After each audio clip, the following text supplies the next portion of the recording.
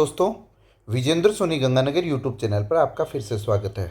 दोस्तों, आज का अपना टॉपिक प्रतियोगी परीक्षा से संबंधित है, जिसमें एक महत्वपूर्ण जानकारी रहेगी कि राष्ट्रीय पोषण सप्ताह क्या है। इसके बारे में हम डिटेल से चर्चा करेंगे, लेकिन उससे पहले यदि आप मेरे चैनल पर नए हैं तो तुरंत मेरा चैनल सब्सक्राइब कर दें और वीडियो देखने के बाद उसे लाइक और शेयर ज़रूर कर दें।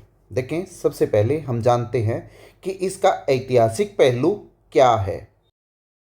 राष्ट्रीय पोषण सप्ताह जो सितंबर माह में 1 से 7 सितंबर के रूप में मनाया जाता है, उसकी शुरुआत ऐतिहासिक रूप में यदि हम देखें तो मार्च 1973 ईस्वी को हुई थी। मार्च 1973 ईस्वी को क्यों हुई थी? मार्च 1973 ईस्वी को उसमें यदि हम जानें तो एक अमेरिकन डाइटेटिक एसोसिएशन ने पोषण के बारे में जागरूकता बढ़ाने के लिए एक अभियान स्टार्ट किया था। तो ये अमेरिका की एक एसोसिएशन थी। कौन सी? डाइटेटिक एसोसिएशन, जो पोषण से संबंधित जागरूकता बढ़ाने का काम कर रही थी।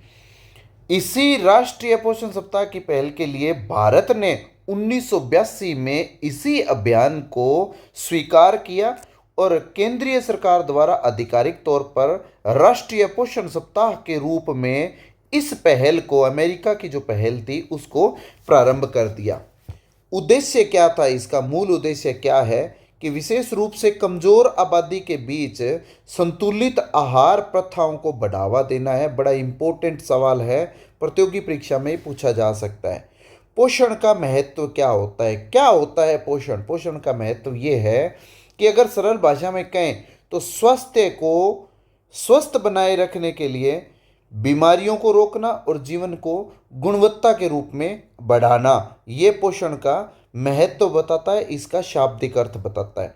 राष्ट्रीय पोषण सप्ताह 2024 एक अनुस्मारक है कि अच्छा पोषण महत्वपूर्ण है। ये चीज़ हमें बताता है अच्छा पोषण महत्वपूर्ण, और कैसे महत्वपूर्ण है। विशेष रूप से भारत जैसे देश जहाँ पर कुपोषण एक महत्वपूर्ण सार्वजनिक बीमारी के रूप में फैली हुई है, वहाँ पर खाद्य सुरक्षा रिपोर्ट 2023 के अनुसार भारत में लगभग 74% भारतीय स्वस्थ आहार का खर्च ही नहीं उठा पा रहे हैं और 39% लोग पोषक तत्वों की कमी से पीड़ित हैं। ये 2023 की रिपोर्ट कह रही है। तो उसी आधार पर 2024 का जो राष्ट्रीय पोषण सप्ताह है वो मनाया जा रहा है।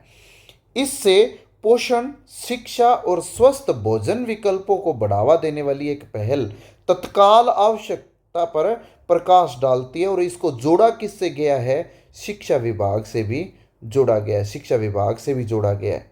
क्लियर है? पोषण आहार की महत्ता क्या है?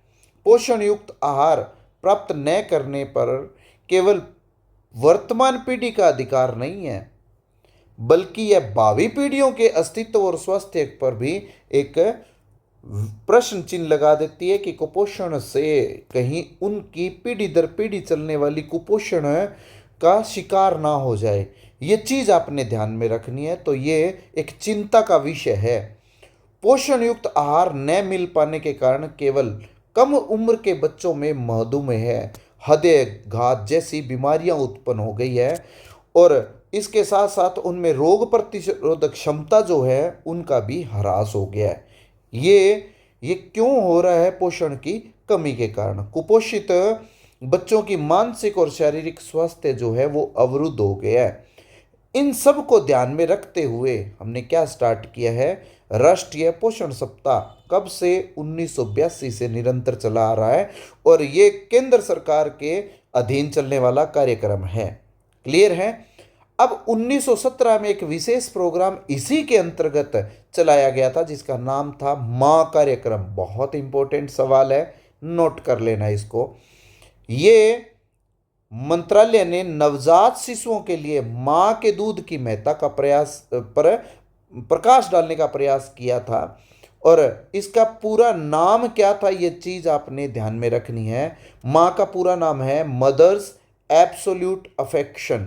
ये फुल फॉर्म पूछी जा सकती है आपसे ये कब स्टार्ट किया था? 1917 ईस्वी में स्टार्ट किया था। ये चीज़ आपने ध्यान में रखनी है। माँ कार्यक्रम के अंतर्गत स्तनपान को बढ़ावा देने के लिए जिला और ब्लॉक स्तर पर कार्यक्रम प्रारंभ किए गए थे। और किन किन को जोड़ा गया था? डॉक्टरों को, नर्सों को, एएनएम को।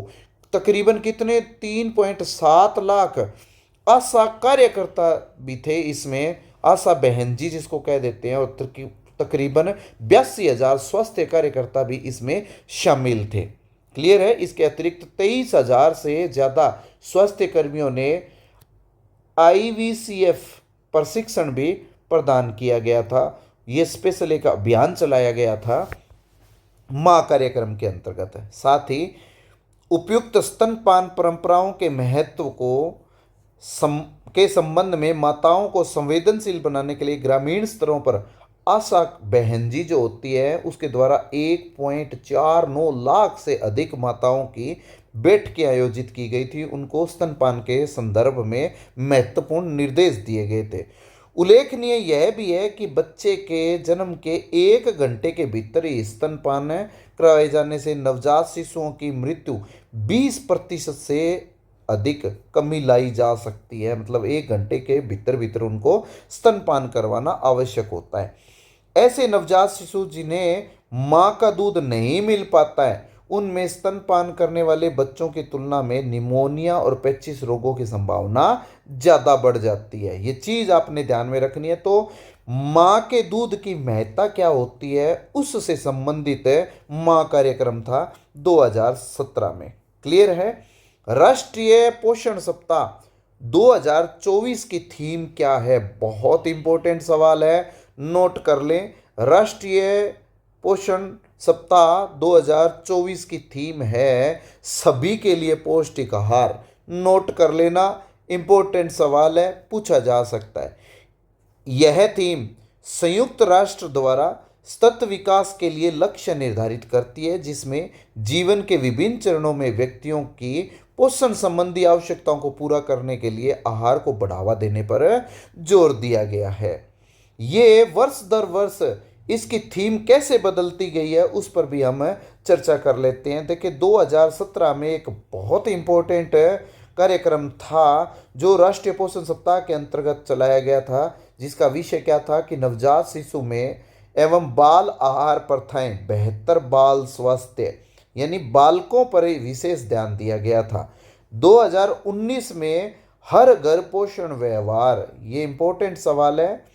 2020 में सही खाएं काटे काटे और 2021 में शुरुआत से ही स्मार्ट फीडिंग और 2022 में स्वादों की दुनिया का जश्न बनाएं और 2023 में स्वस्थ आहार सभी के लिए किफ़ायती हो। ये थीम बनाई गई है। प्रत्येक वर्ष पोषण सप्ताह की थीम बनाई जाती है जिसके आधार पर ही विशेष कार्यक्रम का आयोजन होता है। ये चीज़ आपने ध्यान में रखनी है। अब जो शिक्षा विभाग से संबंधित पोषण सप्ताह है उसकी बात करते हैं। ये वो आदेश हैं जो 11/9/2024 को मिले हैं, राज्य सरकार आयुक्तालय द्वारा जारी किए गए हैं और मिड डे मील योजना के अंतर्गत जारी किए गए हैं।